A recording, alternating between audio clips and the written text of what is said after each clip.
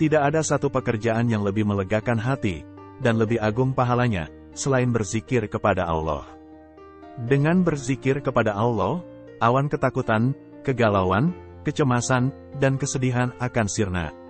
Bahkan, dengan berzikir kepadanya, segunung tumpukan beban kehidupan dan permasalahan hidup akan runtuh dengan sendirinya. Semakin banyak kita mengingat Allah, pikiran kita akan semakin terbuka, hati kita semakin tentram, jiwa kita semakin bahagia, dan nurani kita semakin damai sentausa. Kedengkian atau hasad itu, seperti makanan asin yang senantiasa merapuhkan tulang. Hasad itu juga seperti penyakit kronis yang selalu menggerogoti tubuh pelan-pelan hingga rusak dan membusuk. Ada ungkapan, tak ada yang menyenangkan dari seorang pendengki, karena ia akan selalu menjadi musuh dalam selimut. Jalanilah hidup ini, sesuai dengan kenyataan yang ada, jangan larut dalam hayalan.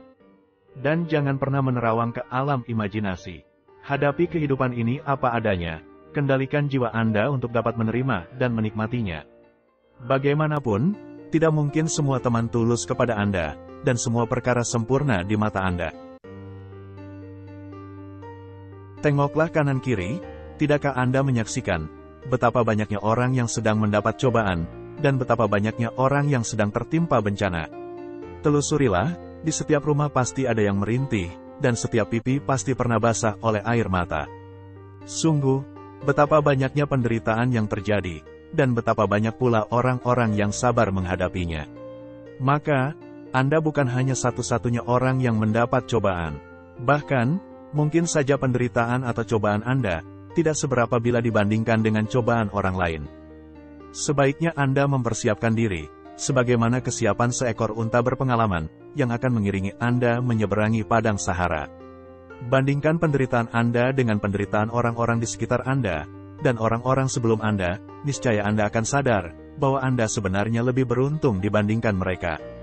Bahkan Anda akan merasakan, bahwa penderitaan Anda itu hanyalah duri-duri kecil yang tak ada artinya.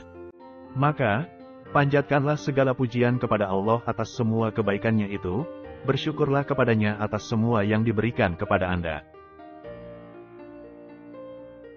Jika Anda diliputi ketakutan, dihimpit kesedihan, dan dicekik kerisauan, maka segeralah bangkit untuk melakukan sholat, niscaya jiwa Anda akan kembali tenteram dan tenang.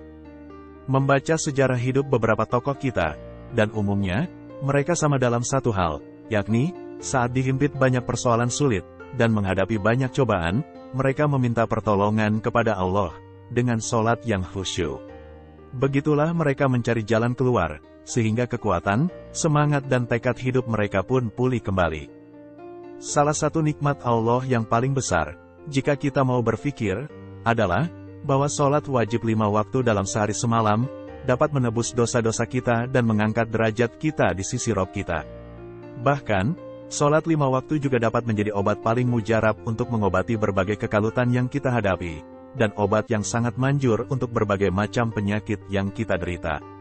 Betapapun, sholat mampu meniupkan ketulusan dan kejernihan iman ke dalam relung hati, sehingga hati pun selalu ridho, dengan apa saja yang telah ditentukan Allah. Menyerahkan semua perkara kepada Allah, bertawakal kepadanya, percaya sepenuhnya terhadap janji-janjinya, ridho dengan apa yang dilakukannya, berbaik sangka kepadanya, dan menunggu dengan sabar pertolongan darinya, merupakan buah keimanan yang paling agung, dan sifat paling mulia dari seorang mukmin. Dan ketika seorang hamba tenang, bahwa apa yang akan terjadi itu baik baginya, dan ia menggantungkan setiap permasalahannya hanya kepada Rabb-Nya, maka ia akan mendapatkan pengawasan, perlindungan, kecukupan serta perlindungan dari Allah. Manusia tidak akan pernah mampu melawan setiap bencana, menaklukkan setiap derita, dan mencegah setiap malapetaka dengan kekuatannya sendiri. Sebab, manusia adalah makhluk yang sangat lemah. Mereka akan mampu menghadapi semua itu dengan baik, hanya bila bertawakal kepada Rabb-Nya, percaya sepenuhnya kepada pelindungnya, dan menyerahkan semua perkara kepadanya. Karena, jika tidak demikian, jalan keluar mana lagi yang akan ditempuh manusia yang lemah tak berdaya ini, saat menghadapi ujian dan cobaan?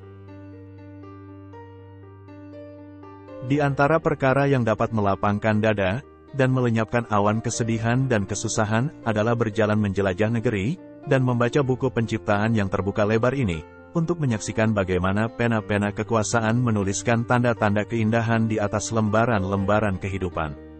Betapa tidak, karena Anda akan banyak menyaksikan taman, kebun, sawah dan bukit-bukit hijau yang indah mempesona.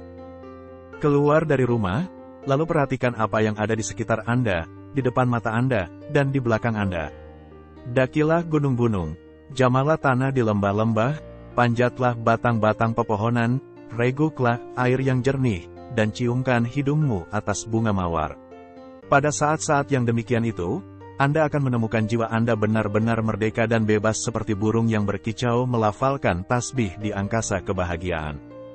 Marilah sekali-kali kita membaca Al-Quran di tepi-tepi sungai, di pinggiran hutan yang rimbun, di antara burung-burung yang sedang berkicau membaca untaian puisi cinta, atau di depan gemericik aliran air sungai yang sedang mengisahkan perjalanannya dari hulu ke hilir. Menjelajahi pelosok-pelosok negeri merupakan kegiatan yang sangat menyenangkan.